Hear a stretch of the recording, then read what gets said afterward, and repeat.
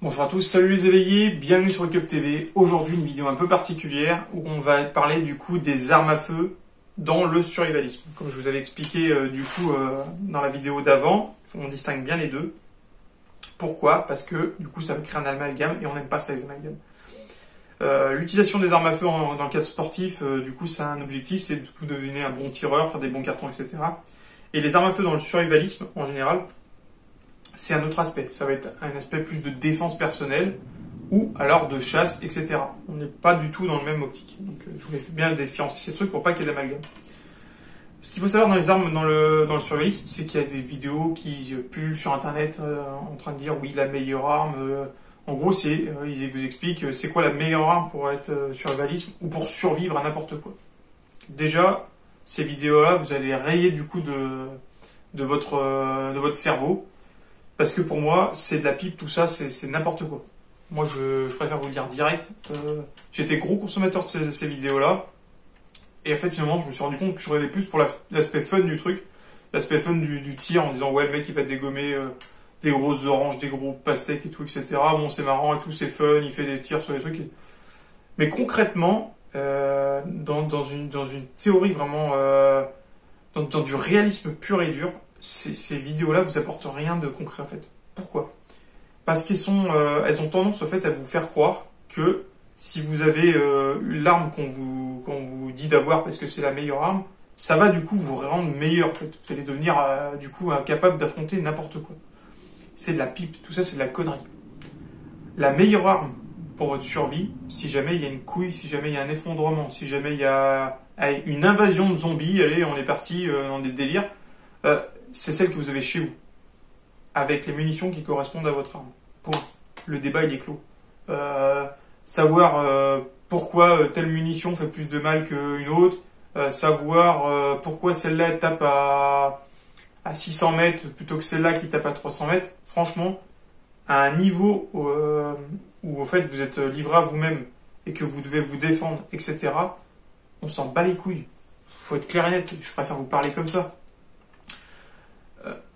On essaye quand même de garder un côté réaliste. On essaye de se préparer à des choses qui ont la possibilité d'arriver, etc. Mais de là à se dire qu'il y a quelque chose, un objet qui va faire de vous que vous allez surpasser les autres ou devenir invulnérable, c'est de la pipe, ça n'existe pas. Y a des gens qui sont excellemment bons en fait avec une 22 long rifle et des gens qui sont des bites avec une Kalachnikov ou alors un AR-15. Faut bien comprendre ça en fait. C'est pas l'arme qui va vous rendre du coup meilleur ou plus dangereux. Hein. Ce qui va vous rendre du coup efficient, efficace, c'est votre capacité en fait avec votre arme personnelle à mettre dans une cible à plus ou moins courte distance ou à longue distance. Donc c'est bien l'individu en lui-même. Hein. On est bien d'accord, on en revient toujours au même truc. C'est pas un outil qui vous rend meilleur, c'est vous l'utilisation de l'outil qui vous rend meilleur. On est bien d'accord là-dessus. Donc en termes de survivaliste, sur les armes à feu, les seules choses qui peuvent influencer votre choix quand vous allez dire ok moi je veux me défendre personnellement si jamais il y a un effondrement, etc., et que du coup je veux une arme à feu, ce qui doit influencer votre pensée, ça va être des critères particuliers, mais ça va forcément pas être des trucs que vous allez voir en fait sur des vidéos en train de vous dire celle-là elle est meilleure ou pas ou moins bien, etc. Ce qui est vrai dans une arme à feu, ça va être du coup des critères réels. C'est quoi? La rusticité, la polyvalence, la résistance, évidemment le calibre va jouer, parce que ça on va en reparler après, le calibre forcément qui va jouer, et on va voir pourquoi. Tout ça c'est des éléments qui vont faire, oui ok, cette arme elle est faite pour cet aspect-là du survivaliste, ou elle ne l'est pas faite. Il n'y a pas d'arme parfaite. Ça il faut bien se mettre ça dans la tête, parce que sinon, en fait, tous les gens qui se préparaient, tous les survivalistes du monde auraient exactement les mêmes armes. Sauf que c'est pas le cas. Si c'est pas le cas, c'est forcément qu'il y a d'autres critères qui entrent en jeu. Pour moi, le premier critère qui entre en jeu, ça va être du coup la rusticité de l'arme. Alors, qu'est-ce que j'appelle la rusticité? C'est savoir si cette arme, elle est costaud. Elle est costaud, elle n'est pas faite d'une matière qui va nous péter dans les mains au bout de la 50 millième utilisation. La rusticité d'une arme, du coup, c'est ça. Ça va être sa capacité à bien vieillir, en fait. Et ça va vraiment dépendre de l'arme en elle-même, la fabrication de l'arme. C'est sûr qu'une arme en plastique, en ABS, aura toujours tendance à vieillir un peu moins bien qu'une arme en acier. Ça c'est normal, en fait, c'est les matières qui font que. Mais ce qui joue aussi, c'est l'entretien qu'on va en faire. Il faut savoir qu'une arme bien entretenue, elle fera du coup toute votre vie. Il y a forcément des pièces internes qui peuvent péter, ça c'est possible. Mais en règle générale, une arme bien entretenue, il n'y a pas de souci. Surtout les armes récentes, il n'y a aucun problème.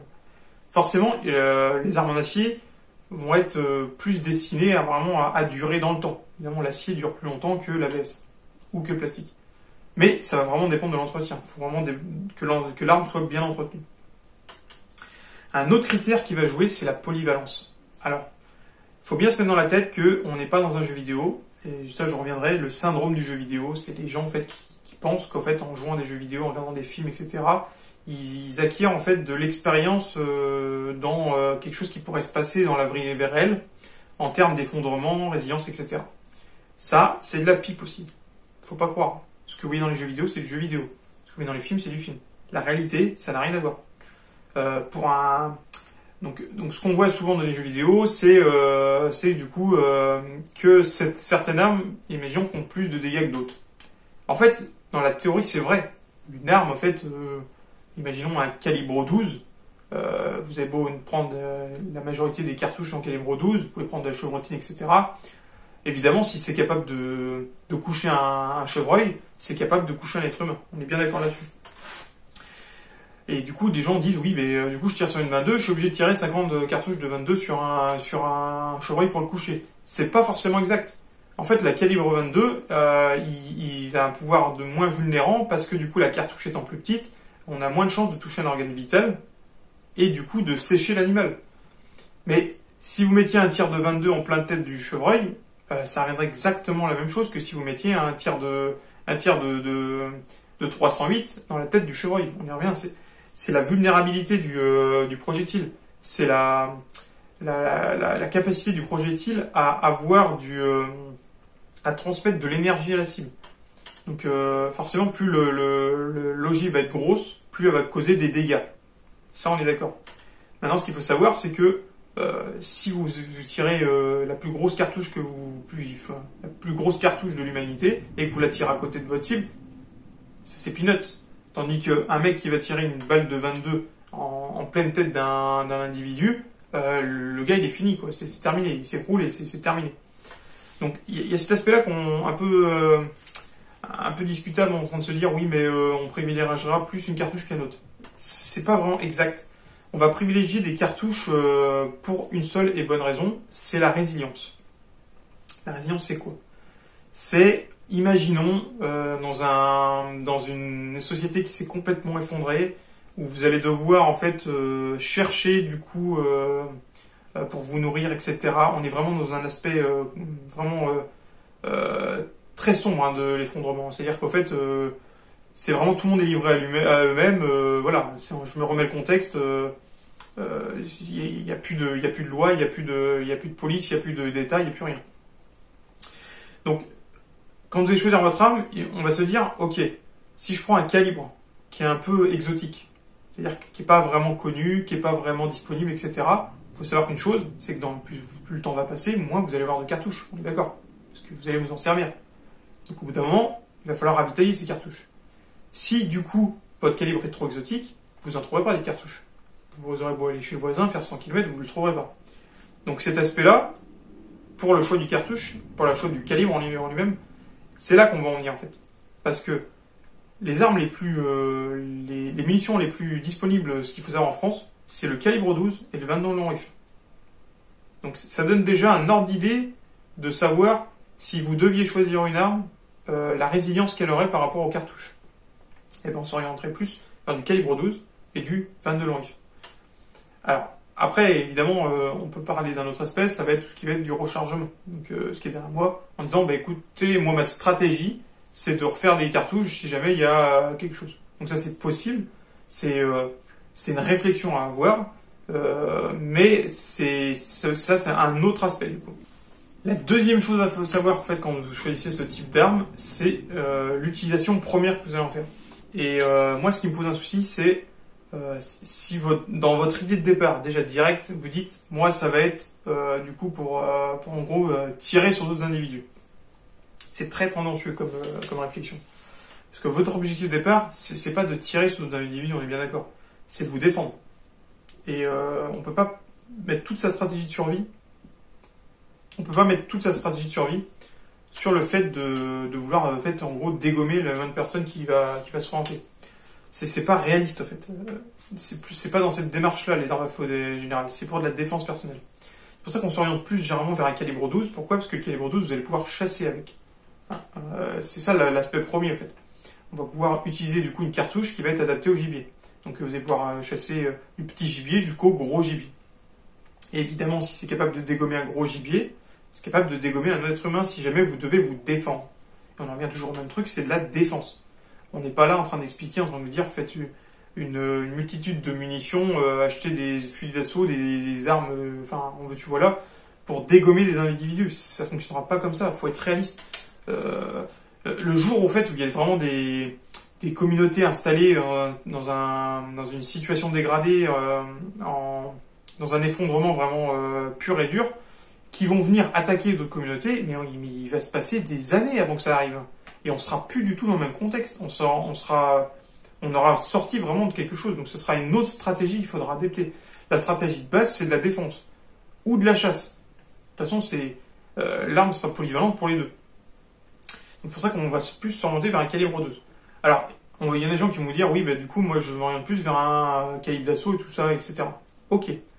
Donc ces gens-là qui veulent s'orienter vers un fusil d'assaut, en règle générale, il faut rester logique. Faut que ce soit un calibre qui soit du coup adapté et aussi un calibre qui va pouvoir être résilient, quelque chose qu'on va pouvoir trouver. Et en France, il faut savoir que les fusils d'assaut, chez nous, l'armée, c'est surveillé en 5,56. Donc il y a plus de chances de trouver du 5,56 du coup en France dans les fusils d'assaut. Après, il existe une multitude de calibres. On peut parler par exemple du 7,62 par 39, de la Kalachnikov. Arme qui va être répandue, mais est-ce qu'elle va être aussi répandue que le fusil d'assaut en 5,56 ? C'est difficile à répondre parce que souvent, 7,62 c'est soit possédé par des tireurs, soit possédé par des gens qui sont du coup en dessous des lois. Donc on parle de terrorisme, etc. Ou du trafiquant d'armes, etc. Ou des mecs de trafic de drogue, etc. Souvent c'est le calibre qui revient parce que c'est ce calibre qui est le plus facilement trouvable dans les pays de l'Est. Voilà, c'est deux stratégies différentes. Maintenant, faut rester dans l'optique vraiment de la résilience et de la défense personnelle. Maintenant, quelqu'un qui est capable de me dire, moi je manipule un fusil d'assaut, voilà, comme ça, machin, pour me défendre et pour... c'est tendancieux, parce que pour moi, le mec qui manipule un fusil d'assaut, voilà. Ce qu'il faut savoir aussi dans l'aspect des armes à feu, c'est tout ce qui va être du coup arme de poing, arme longue. Donc je reviens au basique. Arme poing, c'est un engagement d'une cible à courte distance. Donc ça va être de 0 à 10, 15, 20 mètres en max. Et du coup, au-delà de ces distances-là, du coup, ce sera une arme longue. Qui aura du coup une capacité de tir qui va être plus élevée. Du coup, on va tirer plus loin avec une meilleure visée. Parce qu'évidemment, si je tire en fait avec mon arme de poing à 50 mètres, c'est pour vous dire un ordre d'idée, si j'ai un décalage d'un demi-millimètre sur ma visée, à l'autre bout, ça va être en mètres. Le décalage, en fait, entre mon œilleton, je décale de quelques micromillimètres, au bout, ça va être en mètres. Donc, vous voyez, c'est très difficile d'atteindre une cible à l'arme de poing à une longue distance. C'est pour ça qu'il y a ces deux types d'armes, en fait, arme de poing et arme longue. Dans le choix, pareil, des pistolets, souvent, ce qui revient, c'est pistolet ou revolver. C'est pareil. Un pistolet, on peut engager plus de cartouches. Donc, ça, c'est, voilà, hein, vous pouvez avoir un charge de 15, 17 cartouches. Donc, vous allez pouvoir enchaîner 17 cartouches. Comparé à un barillet de revolver où vous allez engager 6 cartouches. Maintenant, si vous mettez les 17 à côté et l'autre, il met les 6 dedans, la capacité de tir, on s'en cogne un peu. Le revolver est certainement un peu plus résilient parce que du coup il est plus costaud, ça c'est vrai. Il est moins susceptible d'être à la casse, d'avoir des petites pièces qui cassent, c'est vrai aussi. Il est plus rustique parce que du coup il fonctionne d'une façon plus archaïque. Donc forcément, il a une supériorité en durabilité, ça c'est vrai aussi. Plus il y a de pièces fonctionnelles dans un organisme en mécanique, c'est valable pour n'importe quoi, les motos, les voitures, etc. Plus il y aura de la casse, c'est normal. Plus il y a de pièces en mouvement, plus il est susceptible d'avoir de la casse. Donc merci d'avoir suivi cette vidéo. N'hésitez pas du coup à mettre en commentaire, vous, par exemple, votre stratégie de survie en niveau de la résilience, de la survie, du survivalisme, au niveau des armes à feu, savoir pourquoi vous avez opté pour telle arme. Et la réflexion qui va avec, c'est toujours bien, parce que si vous mettez juste, moi j'ai choisi un Smith & Wesson, voilà, point barre, et qu'on n'a pas la réflexion derrière, c'est un peu dommage, parce que du coup on aurait bien voulu avoir le cheminement, pourquoi, du comment, voilà, on arrive à ce stade-là. Donc n'hésitez pas à vous abonner, merci d'avoir suivi cette vidéo, et on se retrouve à la prochaine, du coup, vidéo. Merci.